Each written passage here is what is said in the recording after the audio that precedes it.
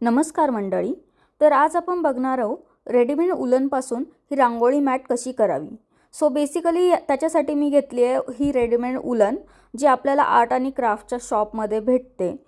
साधारण ही 100 ग्रॅम 40 रुपयाला मिळते.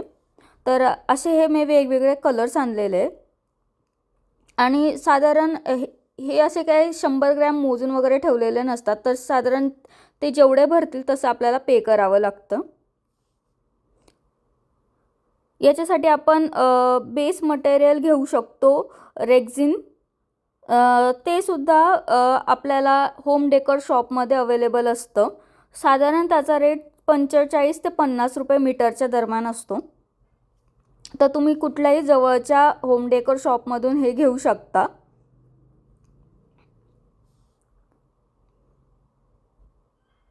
त्याच्यासाठी आपल्याला लागते ग्लू गन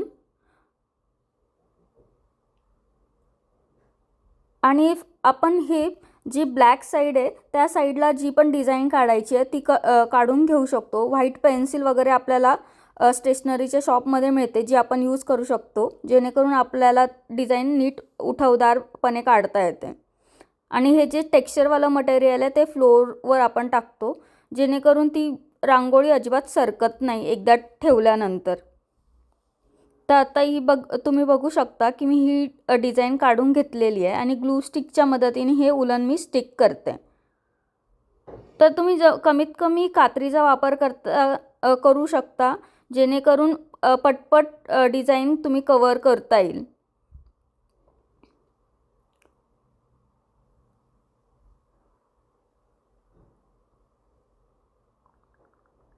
मार्केटमध्ये अशा डिफरंट रांगोळ्या आत्ता रेडीमेड आपल्याला मिळतात, पण आपण स्वतः एक युनिक आपलं कलर कॉम्बिनेशन वापरून आपल्या घरासाठी बनवू शकतो. आणि हे आपण म्हणू शकतो की इकॉनॉमिकली पण हे खूप स्वस्त पडतं.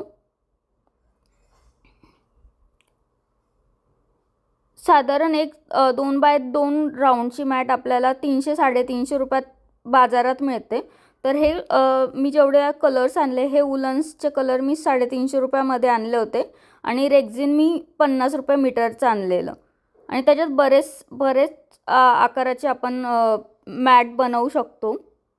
ही एक सिंपल पद्धतीने एक तुम्ही स्टार्टिंगला ट्राय करू शकता जेणेकरून त्यात काही झालेल्या चुका तुम्ही मग मोठ्या मॅटमध्ये सुधारू शकता. तर हे अशा छोट्या टाईपची मॅट बनवून आपण समईसाठी वगैरे यूज करू शकतो किंवा छोटीशी पंती वगैरे पण ठेवू शकतो याच्यामध्ये. तर अशाच प्रकारे आपण डिफरंट शेपच्या बनवू शकतो. मी बनवलेल्या काही दुसरे अजूनसुद्धा मॅट्स मी तुम्हाला तुमच्यासोबत शेअर करते आता.